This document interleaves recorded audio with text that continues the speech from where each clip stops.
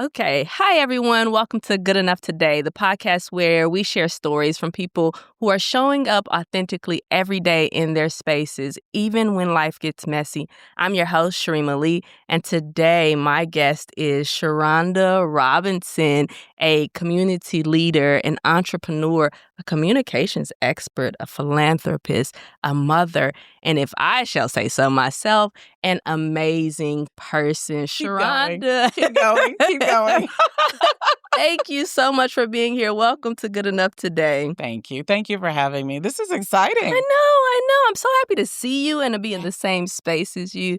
And I know that my listeners know this, so we start every interview with a foundational question. On a scale from 1 to 10, how are you today physically, emotionally, and mentally? A scale from 1 to 10 on each category. Physically, I think I'm like a 6. Okay. I've been traveling a lot, and it takes a lot, lugging luggage and moving through spaces. And so I need a massage. Yes. And a chiropractic adjustment. Yes, I am So with after you. this, emotionally, I'm good. Okay. Yeah, I think so. Physically a 6, emotionally, I would dare say I'm like a 9.5. What?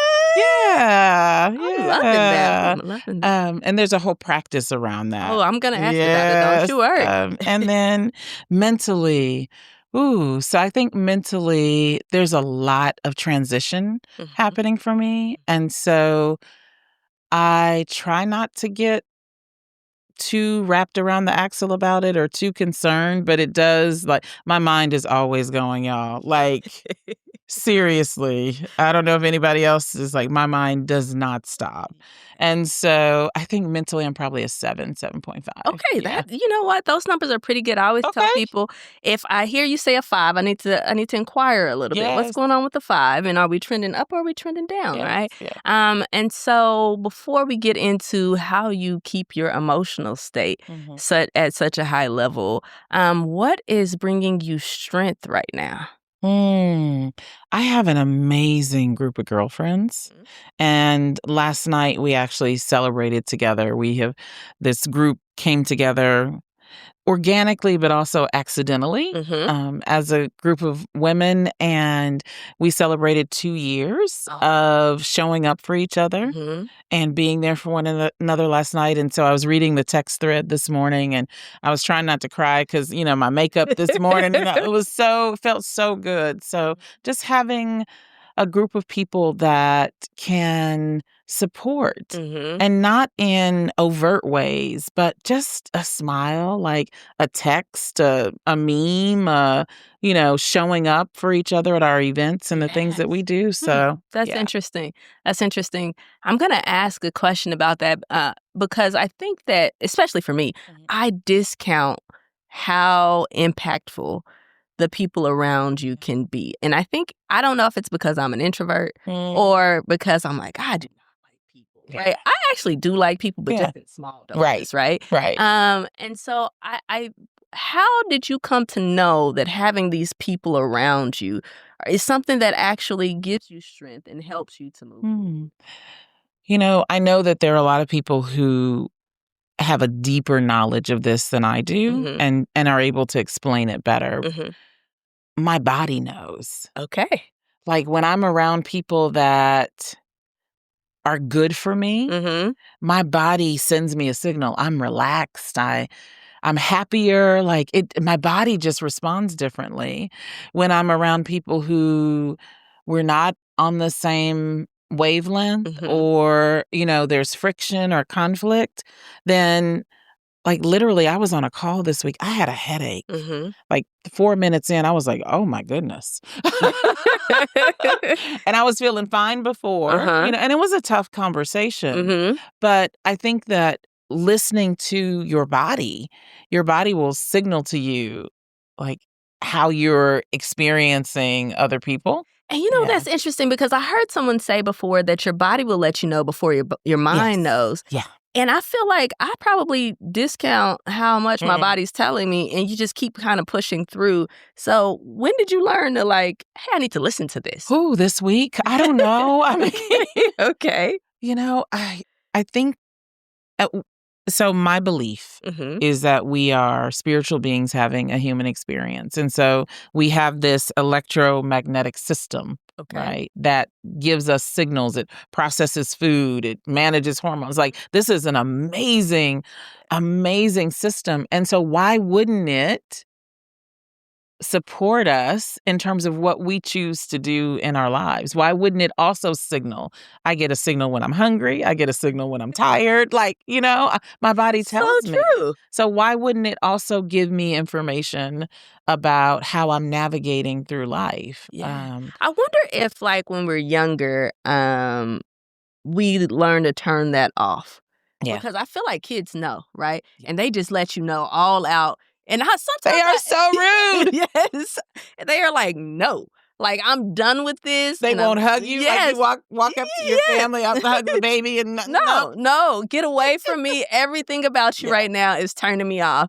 And we learn that that's rude, right? And so I'm like, in an adult space, right? Yeah. What do you do when your body says, no, you're not today? Yeah, I think we're here to bless ourselves and other people, right? So I just send silent blessings. Just like I do it when I'm at the stoplight and people are crossing the path. I just believe that we're here, even when we don't like a person or don't feel comfortable in the situation that we're in. We can still be a beneficial presence in that situation and not make it about them. Because then we give our power away. Oh my goodness! Yeah. See, now, Sharonda, you're about to teach me all the things today. This is why I'm loving this, because I feel like we get so caught up in the world and the things, and I feel like, and people who don't know you would not understand the light you are to other people. And I appreciate that light. And I just wonder, first, I think that you recognize that you have this light. When did you recognize that you were a light for other people? And then how do you harness that so that you can also be a light for yourself? These are deep questions.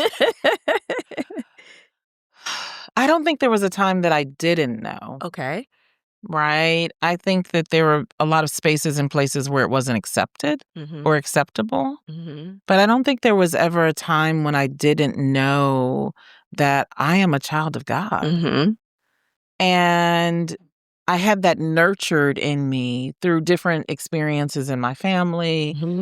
And so I was able to, even through the trauma, even through the really hard times, I was able to hold on to that. And then as an adult, I've done a lot of therapy because I remember, in the Christian tradition, they say, like, your soul cries out. Yes. And I was in this experience and I could feel my soul crying out. And my question was to the universe. And at the time, I had a concept of God as like out there, like sitting on a throne, judging, and with a whip, right? Right, and passing judgment and determining whether or not I was good or bad. And I had to let that relationship go. Right. But I remember my soul crying out and asking God, there's got to be more to life than pain. Like, is there more to life than pain? And the answer was absolutely yes. But up until that point, I hadn't been interested in it. Yeah. Oh, okay. So that's very interesting, because I think that usually how I come to that point is exactly when you're saying, when you're at your lowest and you're like, okay, all right, God, this is like they say God's not going to put more on you than you can bear. And you're like, no, like, God, who determined? Too much. Yes, I Too feel much. like we're at the level at which you should stop right now, right? Like, when are we going to stop going? And I think that usually that's when you ask God the question, like, okay, how do I keep going right now? What, this can't be it. I know this is, if you are who I think you are and what I have become to believe, there has to be more. How do I get to more? And so I've been trying to put a concept or a word to this or a feeling to this that keeps you going when I don't want to say there is no hope, but hope looks real bleak. Yeah. So in those moments for you, How did you keep going? Ooh. So I will tell you that there was a time in my life when I couldn't get out of bed. Mm-hmm. Or I would get up in the morning, I would take my kid to school, and then I would get back in the bed. Mm-hmm. And I had a lifeline. Mm-hmm. I had a client call me every day and say, "Are you going to do any work today?" And I would say, "No, I don't think so." Mm-hmm. But that person, see, you never know. Mm-hmm. Oh my goodness. I didn't mean to make you cry. I know. Oh my goodness. You never know what gift you're giving someone, just by picking up the phone and asking a question. Mm-hmm. And he knew what he was doing. I mean, he recognized that I was depressed. Mm-hmm. I didn't know what that meant at the time because Black women, we're not depressed. We're not sad. We're powerful and strong and capable. Independent. And all of those things. I'm going to get it done. And so I didn't know what it was. I didn't know what I was dealing with. And he called every day for about a month. Are you going to do any work today? Mm-hmm. I go, no.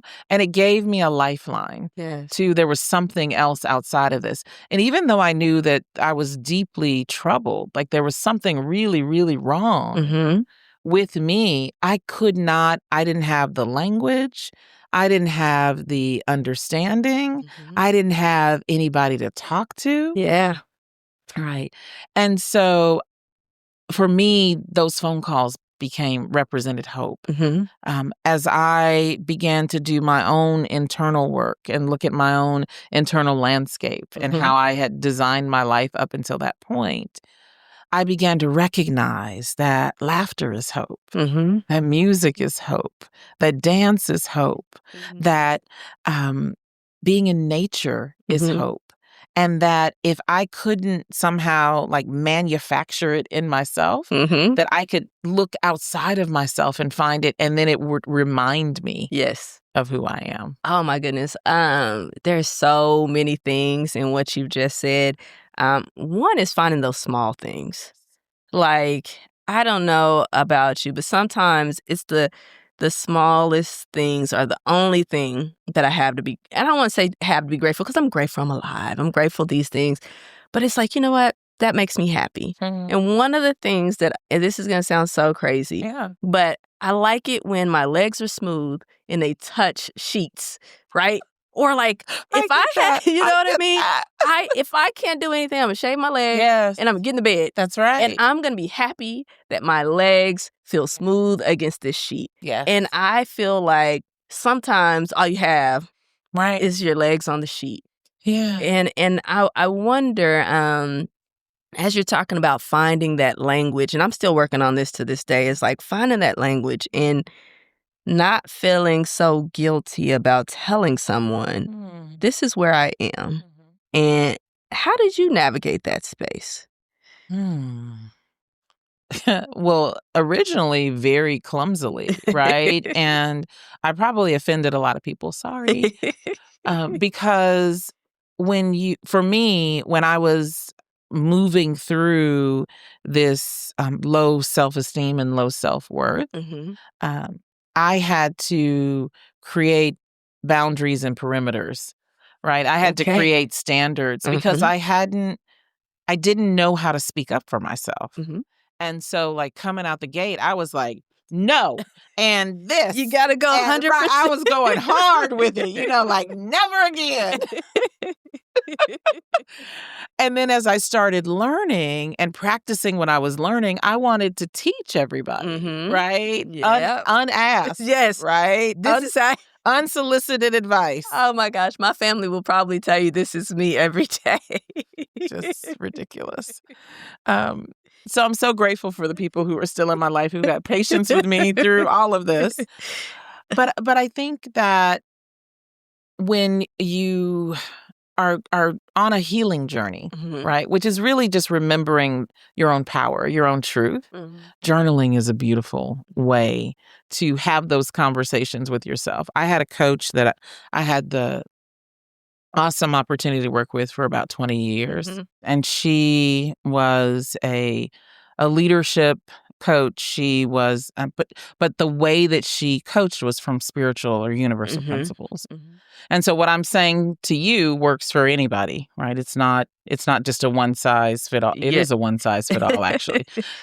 So she would say to me, Sharonda, your conversation is with the universe. Okay. Your conversation is with the universe. I went to a workshop years later, and another person said it differently. He said, live your life as if it's a prayer. It's a constant prayer. And so it helped me be more intentional about what I was sharing, because it didn't matter if I was talking to you or to the CEO or to the child. My conversation, I was talking to God. Oh. Right. I was talking to the creator of all of these things. And so not to be careful and to be scared, right? That was an old religiosity practice that I had, but to be intentional about what is it that I want. Right? Ooh, oh my goodness. Okay, so you said something. There are two things that I want to go into. One is this old religiosity concept of careful and scared, because I feel like if you grew up like me in a smaller Black church or just in a Black church, you got this concept of God seeing you as less than, and you're trying to live up to this standard, right? And to some degree, as confident as I am, my self-concept to some degree was still a lot smaller than I think that God wanted me to believe myself to be. And so, one, recognizing that, like, how do you recognize that? And then the other part of that is you mentioned like setting these boundaries, right? And then coming into, I think you've just embodied everything good enough today with all of this, just living your life as a prayer every day. And then showing up regardless of who you're speaking to in your space authentically, even when you're not your best, right? Like, how do you, one, find that with the religiosity thing? And then on the other turn, like, how do you just become comfortable in those spaces? It's practice. Okay. Right? So everything that we're good at, like when we think about our school career, right? We came into school, most of us not knowing how to read or write. And then we practiced and we got better at it. I think it's the same for our spiritual journey or our faith work. It is a practice. And as you practice, you get better at it. And then you learn certain things. You learn that gratitude, right, supports having a good day, regardless of what's going on or not. Like, you learn that surrender is a powerful way to approach conflict and to approach things that are disruptive. You learn that transition means growth, right? And so you begin to develop a different landscape. Like, you're moving from, in the Christian tradition, they say, when you're a baby, you drink the milk, right? But as an adult, you can eat the meat. And so I think that is just a way of explaining that as we practice, as we grow stronger, we're able to do things differently. And so for me, what I'm practicing now is love is my boundary. And so instead of trying, that gave me goosebumps. I told you are blessing me today. So instead of making it about the other person and setting up a barrier, how do I show up in love? And sometimes it means, you know what? I love myself. I love you. That won't diminish because of whatever the situation is, but I can't be in this space, right? So it looks differently each time. And so I don't have a label for what love is. And I think that's what agape love means and unconditional love means. It's like, I love myself no matter what, right? And I want to be able to give that to other people. Yes. People are challenging. Yes. People can be hard. But then also people can be like the source of my greatest joy. and understanding, and can teach me things about myself that I had blind spots to that I don't know exist, and can reaffirm who I am. So, at the end of the day, it's all love anyway. Yes. Yeah. And I think that you mentioned the practicing, Yeah. right? Someone asked me the other day, are you ever going to stop going to therapy? And I was like, I think it looks different in every season, right? When I'm at my worst and feeling the worst, I might need to go to therapy weekly. And then when I'm not, though, and I'm feeling great, I might go once a month. It might be once a quarter. But I think that there is something to speaking to someone else and getting the things that you're telling yourself in your head out. Because I know that sometimes I tell myself some things, and once I say it to you, I'm like, no. So that don't sound right. I thought I was smart. But that was Or, wow, that was genius. Let me reaffirm that in you, right? Yes, that's different. So you talked a little bit about therapy, and as a Black woman, as a person, and coming up, and I don't think that therapy was something that we do, right? What made you decide, maybe this will be helpful for me?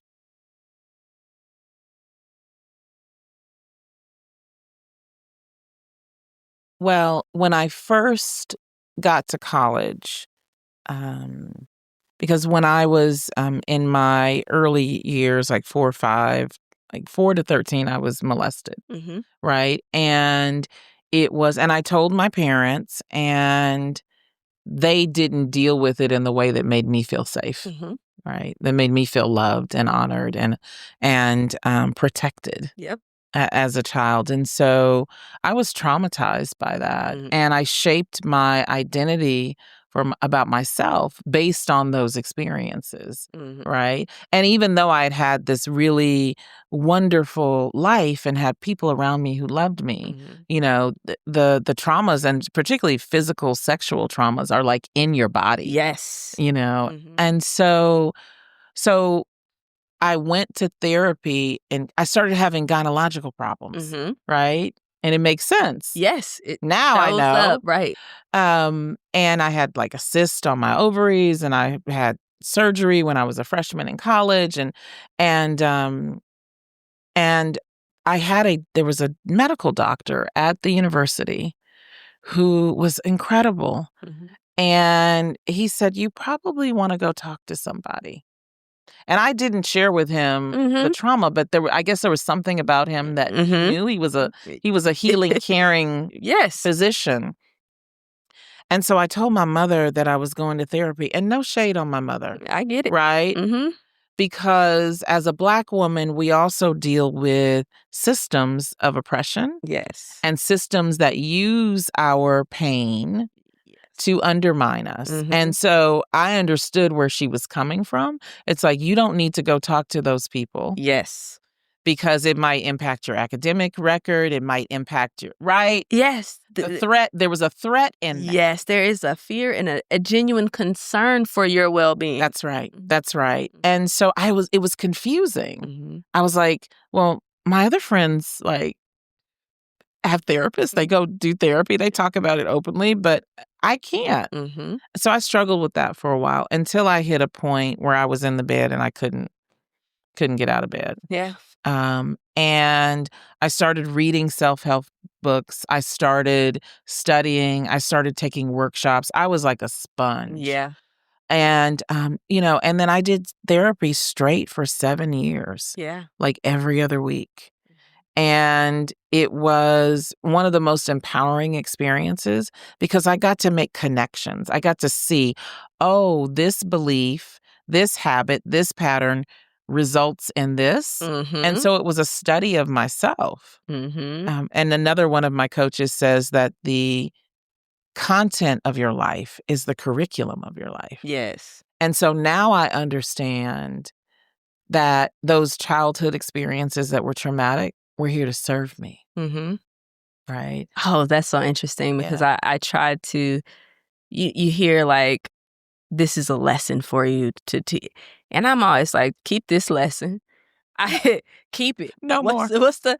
Whatever the lesson is, Right. I don't need to learn it. Right. Actually, I'm over this, Right. right? And so I think that it's easier, to be retrospective, right? Let me look back and see that. But in the moment, oh no, I don't want it. And I think it's interesting that we talk about these connections, because actually when you walked in today, I said, hey, I'm trying to figure out this podcast thing and I can't figure it out and I want it to look like this. And you said, well, you're messing up and you're not feeling good about it because somebody told you were stupid when you make the mistake. And I was like, yeah. And now I'm still trying to figure it out, but that's a connection, right?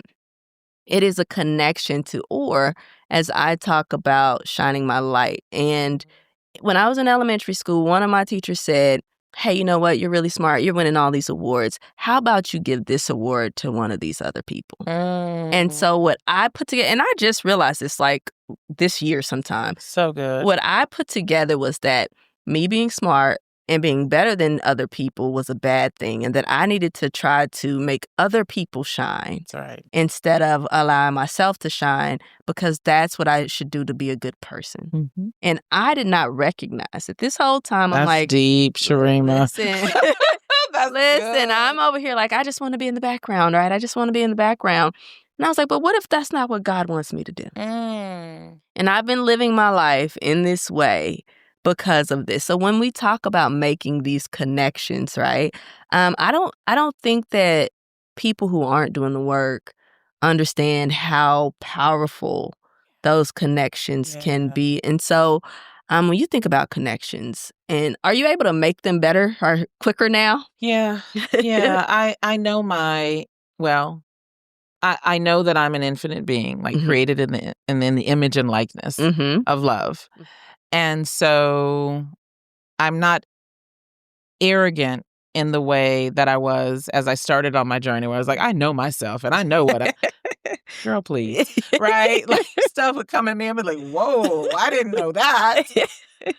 But I do think that I have begun to recognize patterns, right? And how I show up and those themes that I love your story. Like I decided at a young age that the world wasn't safe. Yes. And then I lived from that place for 20, 30, 40 years, right? Yeah. And until I examined it, I was like, is the world not safe or was I not safe in that experience? Yes. And then how did that shape your perspective of the world? Yeah. Because I think that once you become aware, then you're like, no, wait a minute. And I think it allows you to examine to some degree, is this something that is useful for me now? Right? This doesn't serve me. I don't like this because Well, let me tell you why it's hard, okay. Though, right? Because a lot of times we get into these conversations, and I want people to really understand that it is a day-by-day, moment-by-moment awareness and practice, right? And so we live in a universe, this is my understanding, and so take from it what you will, but we live in a universe that's governed by the law of attraction. And so, and in the Christian tradition, the way that it's described is, it is done unto you as you believe, right? And so whatever I'm thinking, whether I'm conscious of it or not, so I made the decision when I was 4, 5, 6 years old that the world wasn't safe, right? That was a choice that I made. And so everything in my life then had to line up with that and I had to keep proving it to myself, right? And so that's called momentum. Okay. And so, and the beautiful thing about momentum is it works any way we work it, right? I can have momentum in a world that's unsafe, right? Or I can have momentum in a world that's safe, where I can literally be in a space and there's all this drama happening around me, but it doesn't touch me because my world is safe. Yes. Right? And that's what I mean by practice. Yeah. And so it is when we shape those beliefs, particularly those like inner younger child beliefs, they create what we call their own center of gravity. And they pull into it whatever is like that. And so breaking through, like when we know this from what we've learned from our astronauts and our scientists, like breaking through that layer to get to outer space, you spend most of your energy. Like when you launch a rocket, yes, okay. what is it? 90% of the energy is spent just getting out. And then the other, it's just two degree shifts, 2%, you don't use as much energy. Yes. And so that's why it feels so hard at times, because we have so much momentum in the direction of being unsafe, being scared, being poor, being not worthy, being like all the things. And breaking through that is what the practice is about. Okay, so this is so interesting to me because my fear is always that I'm missing out on the people who are feeling at the bottom, who are in the moment where they can't get out of bed, right? Because this is what happens when I speak to people. They're like, Cheremma, and I do this to you, Cheremma, I want to be like you, right? And they're like, Cheremma, I wish I had what you have. And the thing is I'm like, I don't think I have anything special. I just decided one day that I cannot live it like this. This will not, I just cannot do it this way. And I started to make little changes. But I wonder, for the person who was in it, right? Who can't get out of bed, who is working every day and can't pay the bills and who's just trying to make it day by day, where I've been in probably every one of these positions, right? What is it? How do we say to them that you're making a choice, right? You can make a choice. Because if you told me that when it's going to sound different than what you're talking about. Exactly. This is the truth. Yes. Right? I've lived this. Yes. Yeah. And so what do we say to those people who are in that space right now and are like, you telling me I'm making a choice, but I'm just surviving right now. Yeah. And this is what it takes. So what I learned very early on, I think I mentioned, like, as I started to study and, do my work, I would tell everybody, oh, you should think like this, or you should believe this, or you should do this, right? And it never worked.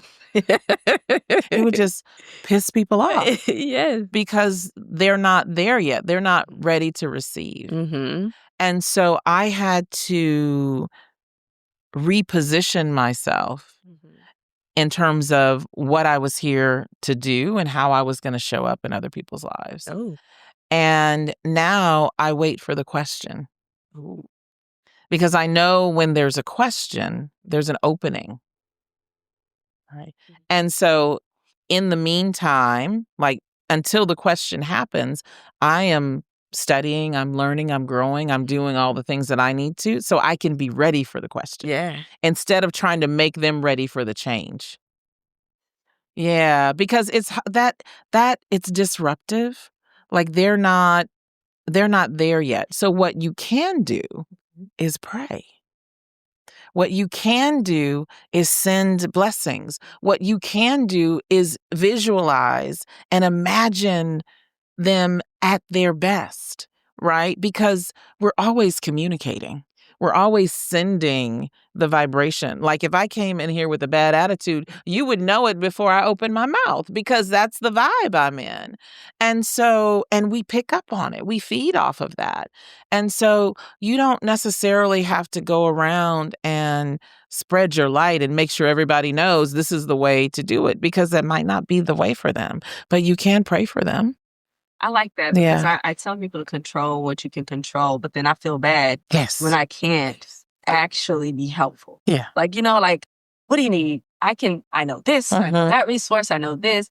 And I think that what you said is that sometimes just sitting back and being available when the moment arises, because I've been in a space when I wasn't ready to receive the information. I've had mentors but I've gone back to them and like, no, you told me this 5 years ago. Why didn't you slap me? Right. And like you just weren't ready. That's right. It's like you have the patience of a saint. Because I would have been like, no, you need to know this. And I feel like that's part of the growth, right? Is to figure out, hey, this is where I am And sometimes I can tell you, I'm not ready to receive that yet. Like, that sounds like it's a great concept, and I know that's going to be helpful. I'm just not ready yet. Yeah. Give me a little time to get there, and we're gonna circle back on that. Yeah. So now though, you've got all this practice going, and you know who you are. What is hard for you right now? What's hard for me right now is stepping out, right? And I will say, for my life, like a much bigger way. And I wake up inspired, and there's so many ideas and so many things I could do. And it's like, ooh, do I go here? Do I go here? Do I go here? And so, like, picking something and working that. Yeah. And being okay with ideas that are coming in and saying, okay, I'm gonna work on this a year from now, instead of trying to do everything all at once. Yes. And so I think that's hard for me now. And then also, the woman that I mentioned, like the coach that I worked with for 20 years, we became really, really close. And she passed away 2 years ago. Oh. And we would talk every day. Sometimes, like, you talk about coaching. I was coached sometimes 8 hours a day, it felt like, right? I'd call and say, this is happening. What do I do? Or this is going on. I said this. And she passed away 2 years ago. And it has been really hard to lose someone who has helped to shape my understanding of myself. Right. And not be there, not have the daily conversations. We would travel together, we spent time together. And so through the grieving process, I felt abandoned. I was angry, and I was talking to God the other day. I was like, why did you let that happen? And struggling with that piece, because that was my one friend. Because you mentioned earlier, like, I am an introvert. Trust me. Like, I like one-on-one. Yes. Let's do it. And even though I'm in big rooms and I'm speaking and that sort of thing, right? I do get a lot of energy from that. But sometimes I'm like, okay, you're like, just close the door. I'm just gonna go on my little let me recharge. just need a minute. And so what it has, I'll say forced me to do is to develop relationships, because that was my person. And that's been hard. Yeah. Right? Because when you get to know somebody over that period of time, the level of the depth and the intimacy, and we had business relationship, coaching relationship, like mother-daughter relationship, it was very complex. Yes. She introduced me to meditation. Ooh. And so, she's a gift. Yeah. And I'm not happy. Yes. And I'm like, you just and now I have to go be friends with other people. And then you got to start all over. Yeah. You got to, I don't want to have to tell you this. I don't want to have to go through this to get here.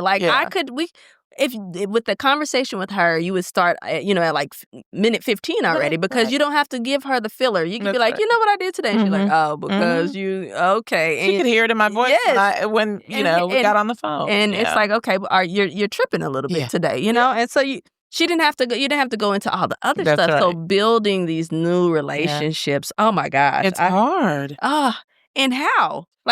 What? What am I supposed to do now? Where are you going to meet a person that that is a sincere person? Yes. That has your best interest at heart. Yes. Who will not take it personally when you are just being you at your worst. And then someone who also is willing to walk in that space with you as you're at your worst, right? And then transition into being your best at times so that you can kind of lean on each other. Where do you find those people? Yeah. Well, I have. I mean, I'm so grateful. The ladies that I mentioned that we So were how'd you find celebrating. them, Sharonda? God sent them. Oh, so we need to pray about it. I Okay. think so, and they had been in my life over time, right? But I had Joya. And so I didn't invest the time and energy in the way that I did with her, right? And so it's been, oh my goodness, I'm just recognizing it's been 2 years. We celebrated 2 years. Yeah. Joya probably set it up on the other side. I don't know. She probably did. Was like, Thank you, Joya. She needs these. That's right. But what I know and what I learned through that relationship was how to be in divine friendship. And I think that's a different approach to friendship where we are accountable not only to each other's emotional and intellectual growth, but also our deepening of our faith and our practice. And so 2 of the women are pastors. So they have a deep and abiding faith. We're all CEOs. Another woman's husband is a pastor. And so there's this really strong tradition around prayer and around believing that I think all of us need. But to have it in 5 other women is really powerful. And we're all business women. We all lead organizations. We all have, the challenges of leading an organization and having a vision and holding people accountable. And so we align on that. And so this idea that I was able to experience with Joya around divine friendship, I get to bring into this space. That's awesome. And it's really beautiful. And I get to explore what it means to be a sister. Because I have a sister and she's amazing and I love her so much. She's 10 years younger than me. And so there's a gap there. But I get to be a sister with these other women, and it's made me a better sister with her as well. Yeah. No, I think that's awesome, and I think that especially because I try to strip people of their titles, right? Because what I want is for people to see Sharonda, right? I want them to see who you are because. And what I'm about to talk about is your business, right? It's why I'm transitioning this way. But I think that it's important because I feel like to some degree, especially now, we have dehumanized people in leadership. And I think that, and we're not going to get political here, just in general. And I feel like we dehumanized our pastors. We dehumanized our doctors, right? And there is a human experience that comes along with leadership. And so when we talk about you showing up as Sharonda, right? Sharonda, the leader, how do you, when you feel like you're at 30%, right? And you have to show up and be this person, how do you do that? And how do you get energy to keep moving forward in that space? That's such a good question. I think what the difference between a person and a leader, right, is vision, right? And a leader always has a vision for where we're going and what we're going to do. And the vision in and of itself is what generates the energy, right? And so for me, I rely on the vision to recharge me, to remind me. I'm also authentic with my team. I'm like, guys, and usually I'm hungry. Guys, I'm hungry. Let's make this short. Yes. I don't have. Yes. I might be short with you because this is hangry CEO. Oh my gosh. I think we need to pause and talk about just for a second how important it is to eat because if I am tired and hungry, I can be tired. Yeah. But if I'm hungry too, it's all bets are off. Yes. The person that I am, it's not what God made me to be. I promise. I 1000% agree with that. So yeah, and what has helped me is there's some amazing meal delivery services. And so one of my friends turned me on to him, and now I get a box delivered every Saturday. We're going to have to talk about that because it has changed my life. Lord, because I know that I'm I can be a better person, but I need to eat. and I'm over here eating an orange. That's not gonna do it. That grapefruit is not gonna do it, Cheremma. It's not cutting it. It's not cutting it. That's not it. And you're really, I'm really trying to increase the caloric intake. Yes, I'm over here trying to be a light in people's lives, and I'm feeling real dark right now because I'm hungry.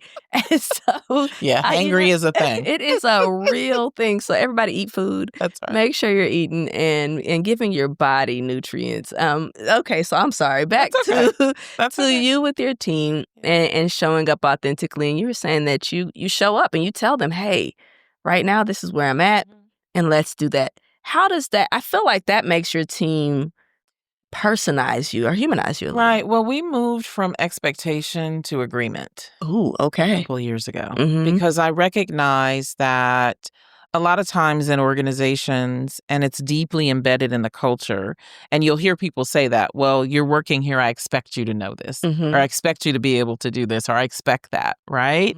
And what I realize is that dehumanizes the leader and the team member, because usually those expectations are not exactly clear, right? And they're based on, and when you bring in like the childhood stuff, right? Everybody's bringing their children to work, their little babies to work.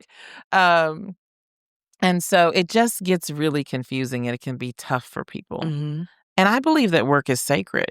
I believe that, there's a sacred design for it. It doesn't make sense to me that all of these random people would come together, right, for 8 hours a day, Monday through Friday, and it not be a sacred experience.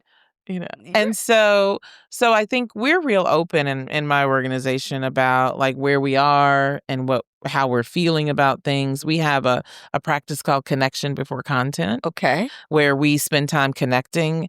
Every Monday morning, we get together, we have meditation together, and then we do stretching exercises. And so, because I want to make sure that people's entire system is taken care of. Like they're given challenging work. They work with great people, but also the emotional nature, that there's a place for that in the work that we do, because we're all genius and we're all creative, and that has to be nurtured. Yeah. Yeah. No, that's awesome. That is, I could spend hours just asking you questions about how you developed into this person and then how it leads to you being able to do this. But one thing that I'm always interested in, and this is because I'm not good at it, right? And I'll say I'm not good at it. It's something that I have to practice, is being good at business. And it's because somewhere probably in my childhood somewhere, I've developed this idea that, my goal is to help people. Yes. And so I want to help people. That doesn't always translate into getting money, right? Like, that's not going to feed my soul and then not make me hungry, right? Like there has to be some way to monetize these things, these visions, right? And so how have you been able to say, you know what, this is a vision, and put it into practice so that this becomes a business that is lucrative for you? Sure. Well, business is about solving problems for people, right? And so you've got to be really interested in helping other people solve their problem. It could be, a great outfit for a podcast. Yes. That's a problem that needs to be solved. So who's solving it for me today? Who's helping me with that? It could be a technological problem. It could be a strategic problem.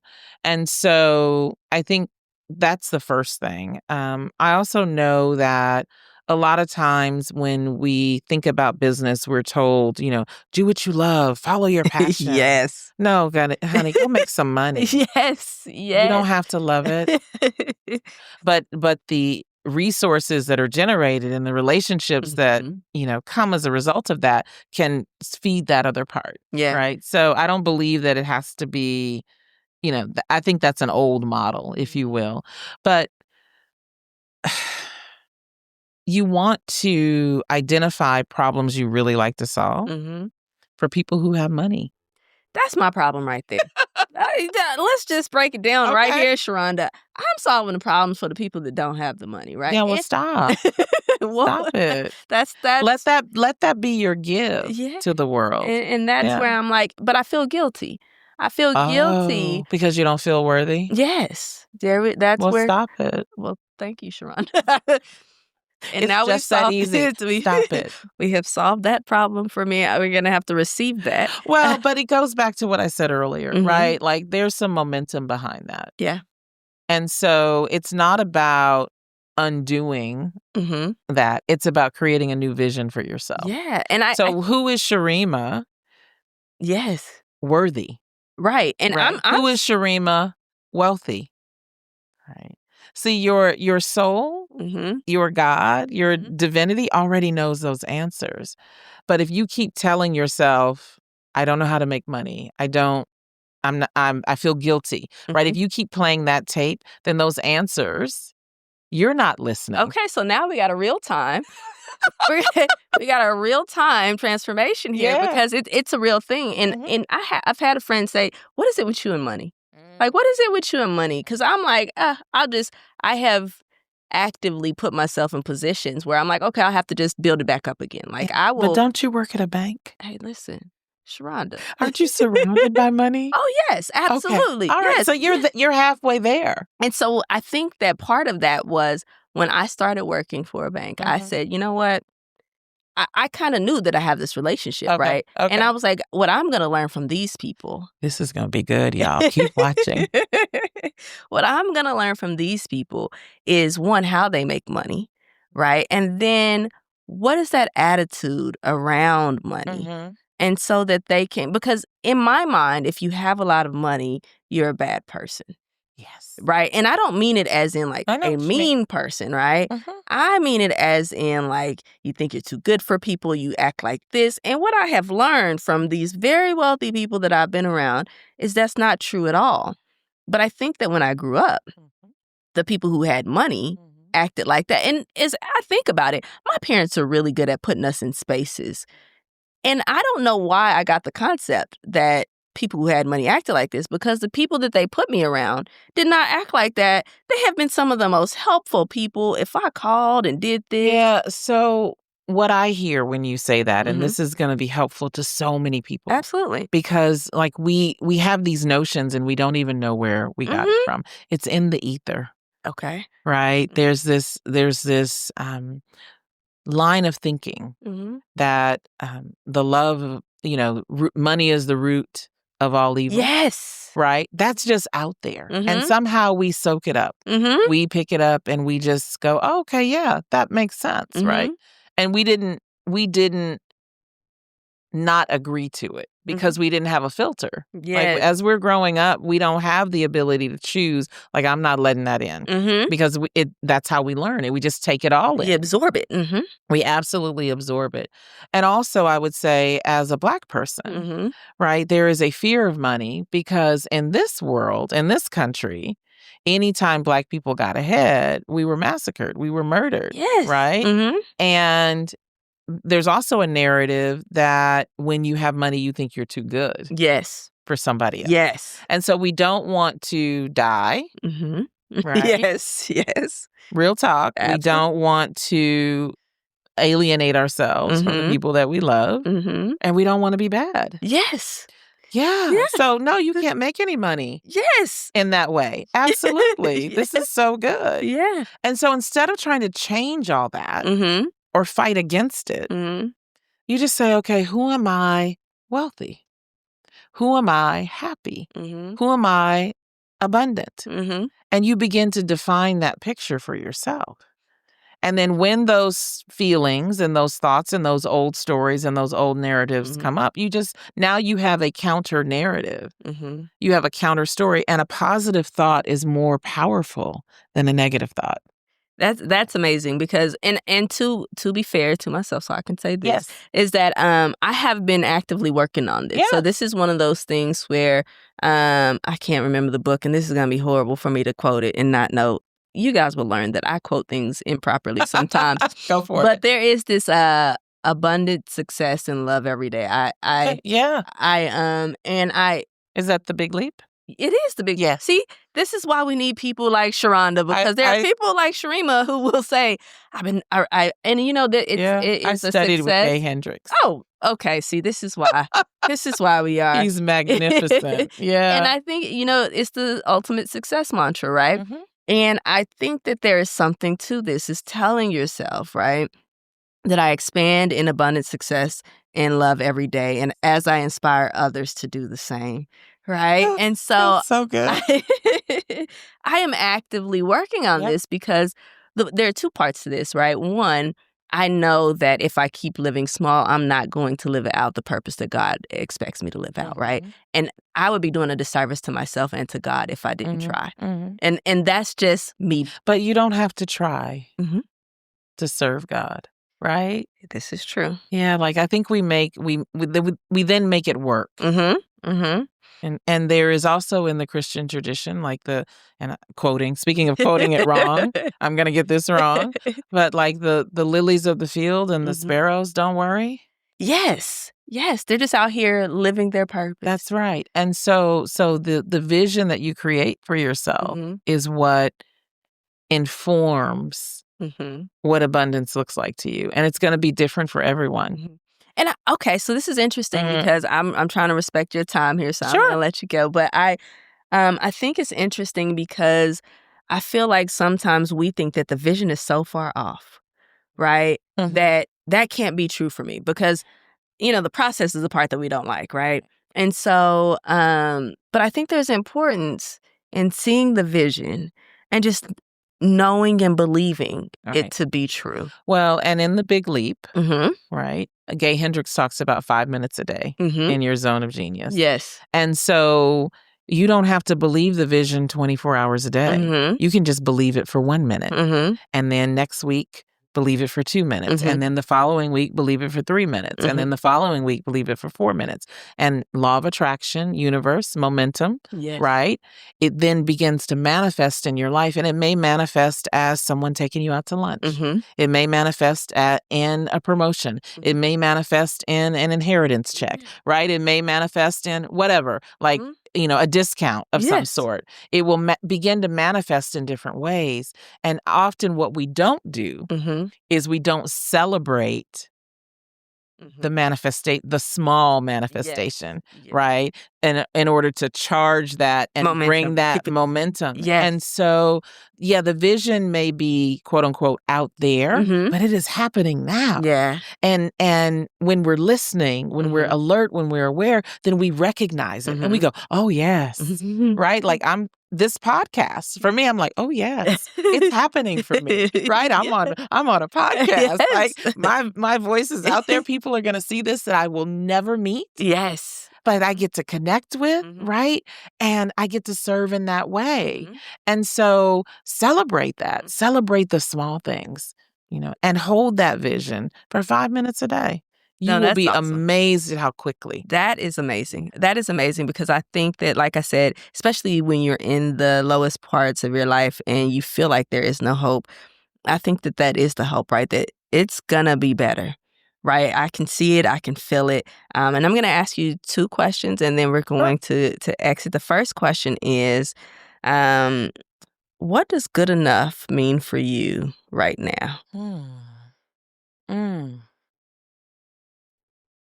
That is such a powerful question. What does good enough mean for me right now? I think it means just feeling this power. Yeah. And knowing that I'm good. Right? That nothing has to happen or not happen. I'm good. In this space right now, I am good.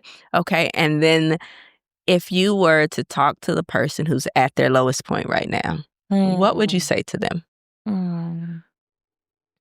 Hello. I want you to know that this is just what it looks like on the way to where you're going. And that the pain, the struggle, the betrayal, the hurt, the fear that you're feeling, that you get to embrace that in such a beautiful way and use this as part of the fuel for your journey. And that you don't have to be perfect and it doesn't have to be right, but the love that you are and the love that you seek, the power that you seek, the power that you are, it exists inside you.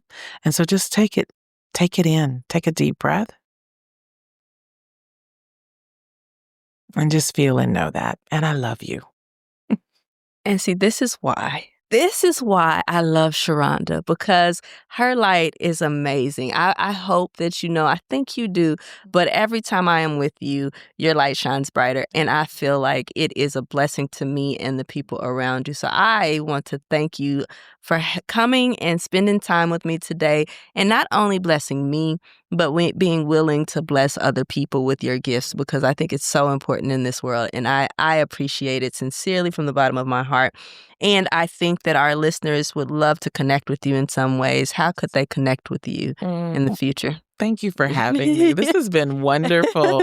I'm on Instagram and TikTok, SharondaEverything.com. I'm also on LinkedIn. So Sharonda Robinson or Sharonda Everything. Awesome. Thank you so much, Sharonda. And of course, we want you guys to remember to stay hopeful for tomorrow, but understand that you are absolutely, absolutely good enough today.